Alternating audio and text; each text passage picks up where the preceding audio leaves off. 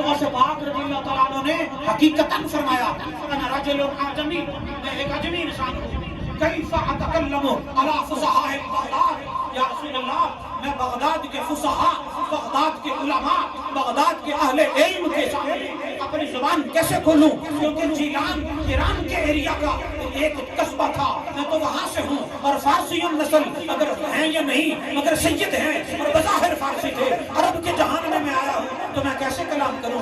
حضور سرور دو عالم صلی اللہ تعالیٰ علیہ وآلہ وسلم نے فرمایا افتح فاکا، دو لائنیں حدیث کی، پھر آپ سے اجازت، افتح فاکا، اے عبد القادر اپنا منہ کھول، حضور غوث پاک فرماتے ہیں ففتحتہ، پھر میں نے وہ اپنا منہ کھولا، فطفل فیہ سبعا، تو آقا علیہ السلام نے اپنا لعاب دہن 7 مرتبہ میرے منہ میں ڈالا۔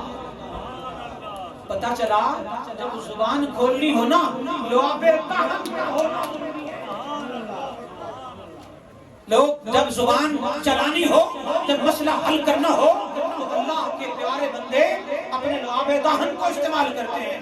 آج بھی جو اللہ کے پیارے بندے اپنے لعاب دہن کو کسی زخمی پر لگا دیں، کسی بیمار پر لگا دیں، کسی کھانے میں لگا دیں، تو وہ لعاب دہن نہیں ہوتا جو میرا اور آپ کا ہے، بلکہ وہ لعاب دہن برکت والا ہوتا ہے، وہ شفا والا ہوتا ہے، اور یہ سنت مصطفیٰ ہے۔ اچھا مکمل ہوئی بات، آگے فرمایا آقا علیہ السلام نے لعاب دہن دیکھے نا منہ میں، آقا علیہ السلام فرماتے ہیں تکلم علی الناس، اے عبد القادر جاؤ اب لوگوں سے بات کرو، اور کیا بات کرو یہ بھی بتا دیا، یہ بھی بتا دیا۔ جیسے مجھے حضرت صاحبزادہ پیر محمد حسین قادری سلیمانی رحمۃ اللہ تعالیٰ علیہ نے آپ نے فرمایا تھا جاؤ پڑھو، حافظ بنو، عالم بنو، مفتی بنو، ڈاکٹر بنو، ساری دنیا کی ڈگریاں، ساری روحانیت کی ڈگریاں انہی کا صدقہ ہوئی، اور اب کیا کریا کوچا کوچا، نگر نگر، بستی بستی، نہ صرف شہر شہر بلکہ ملکوں تین کا ڈنکا بجانے کا اس آستانے کی نگاہ کرم کا صدقہ شرف حاصل ہے۔ لہٰذا یہ بڑے شرف کی بات ہے، اولیاء اللہ جو ہیں یہ قسمتیں بدل دیتے ہیں۔ اچھا آقا علیہ السلام شاہ فرمایا ادعو الی سبیل ربک بالحکمہ والموعظۃ الحسنہ، اے میرے بیٹے عبد القادر لوگوں کو اپنے رب کی طرف بلاؤ حکمت کے ساتھ اور خوبصورت انداز بیان کے ساتھ۔ حکمت کس کے ساتھ؟ حکمت، دانائی اور خوبصورت انداز بیان کے ساتھ۔ پتہ چلا جو اللہ والے ہیں وہ لوگوں کو اللہ سے جوڑنے کے لیے واسطہ ہوتے ہیں۔ پھر پتہ چلا جو دین کا علم ہے، جو اللہ والے ہیں وہ لوگوں کو اللہ سے جوڑنے کے لیے ہوتے ہیں۔ اور پھر پتہ چلا جو اولیاء اللہ ہیں وہ اللہ تعالیٰ کی معرفت کروانے والے ہوتے ہیں۔ ڈائریکٹ اللہ کی معرفت ملنا ممکن نہیں، اگر نہ اولیاء کا وجود ہی نہ ہوتا، اور قرآن کی 20 آیات اس پر شاہد ہیں، گواہ ہے۔ اور پھر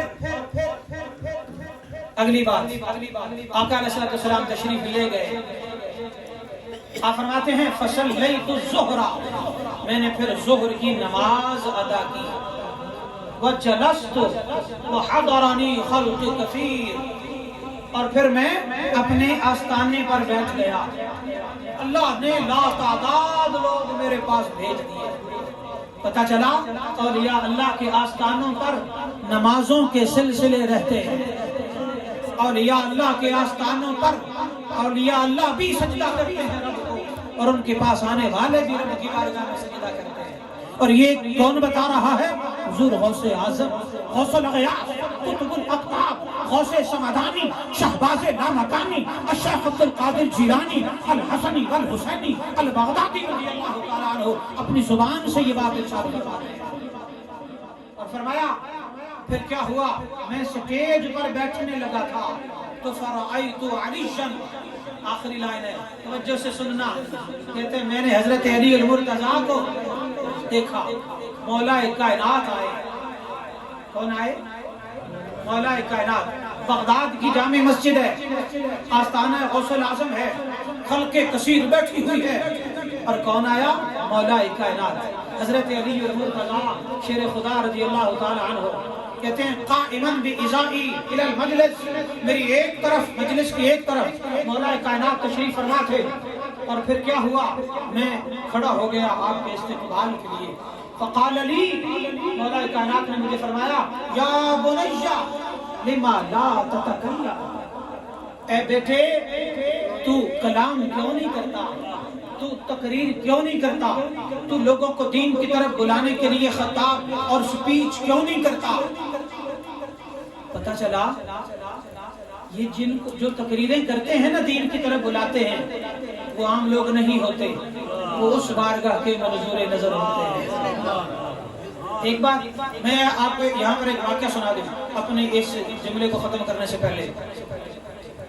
میں چاہتا ہوتا تھا بچپن میں کہ میں تقریر کروں، اور مجھ سے بولا نہیں جاتا تھا، وجہ یہ ہے کہ جھجک تھی دل میں، کیونکہ میرے سامنے بڑے بڑے خطباء پاکستان کے مدارس میں میں سنا کرتا، میرا دل کرتا تھا میں بھی تقریر کروں۔ تو ہوا یہ کہ حضرت بابا جی سرکار رحمت اللہ علیہ کی بارگاہ میں بلبال شریف میں حاضر ہوا، پھر انہوں نے ایک دفعہ میری ڈیوٹی لگائی، میں یہاں بھی حاضر ہوا، آپ نے مجھے ایک وظیفہ دیا، یہ میں نے آج تک کہیں بیان نہیں کیا، آج سن لیں، آپ یہاں آئے ہیں تو آپ ایویں نہیں آئے، جھولیاں بھر کے جائیں گے انشاءاللہ۔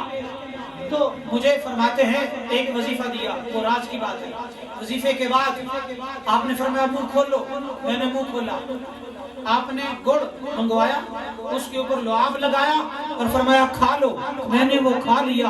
اچھا کھانے کے بعد پھر ہمارا کل پاکستان مقابلہ تقریر ہوا۔ میں مدرسے کا نام بتاتا ہوں، جامعہ رضویہ گلستان محدث اعظم جھنگ بازار فیصل آباد۔ حضور محدث اعظم کا بہت بڑا نام ہے پوری دنیا میں، صاحبزادہ حاجی فضل کریم صاحب رحمۃ اللہ علیہ سابق وفاقی وزیر مذہبی امور، انہوں نے مقابلہ کروایا تھا، میں بھی گیا خطاب کے لیے، دنیا کے ہر شہر، پاکستان کے ہر شہر سے لوگ آئے ہوئے تھے خطابات کے لیے، چونکہ تقریری مقابلہ ہو تو ہر مقرر اچھے سے اچھے انداز میں تقریر کرتا ہے۔ یہاں تو میں آپ سے گفتگو کر رہا ہوں، تقریر نہیں، ہم یہاں تقریر سنانے نہیں آئے، عرضی سنانے آئے، حاضری لگوانے آئے۔ تو میرا جو نمبر تھا وہ تھا 43 میرا نمبر تھا، جبکہ ٹوٹل جو مقرر تھے اسکالر تھے وہ 70 تھے۔ جب سب نے تقریریں کی 5 گھنٹے لگے، وہاں پر بڑے بڑے پاکستان کے منسٹرز بھی اور سب آئے ہوئے تھے۔ جب رزلٹ آیا نا تو بس جب نتیجہ آتا ہے پھر پتا چلتا ہے کہ تو لاوارث ہے یا تو وارث ہے۔ جب انجام ہوتا ہے میدان میں کردار سب نبھاتے ہیں، عمل سب کرتے ہیں، پریکٹس سب کرتے ہیں، کام سب کرتے ہیں، اور جو رزلٹ ہے، جو نتیجہ ہے وہ انہی کے حق میں جاتا ہے جو وارثوں والے ہوتے ہیں۔ تو یہی ہوا اور وہ یہ کہ 70 لوگوں میں سے، پاکستان کے 70 شہروں میں سے، 70 مدارس، بڑے بڑے مدارس میں سے، پڑھے لکھے لوگوں میں سے اللہ نے بابا جی سرکار کی نگاہ کرم کا صدقہ مجھے پہلی پوزیشن عطا اور گولڈ میڈل ملا۔ یہ میں لعاب دہن کی ذکر تھا تو اس ضمن میں نے یہ بات کی۔ اس کے علاوہ بڑی کرم نوازیاں ہیں، یہ ہمارے پیرزادہ ڈاکٹر مسعود احمد رضا رفائی دامت برکاتہ العالیہ آپ تشریف لائے ہیں۔ یہ میرے لیے سعادت کی بات ہے کہ یہاں پر قبلہ میرے ساتھ تشریف لائے۔ ڈاکٹر مسعود احمد رضا رفائی جو ہیں، یہ دنیا بھر میں ایک بڑا پلیٹ فارم ہے جو کہ صوفیاء کا اولیاء کا پلیٹ فارم ہے۔ اس پلیٹ فارم پر دنیا کے 75 ممالک کے صوفیاء جمع ہیں۔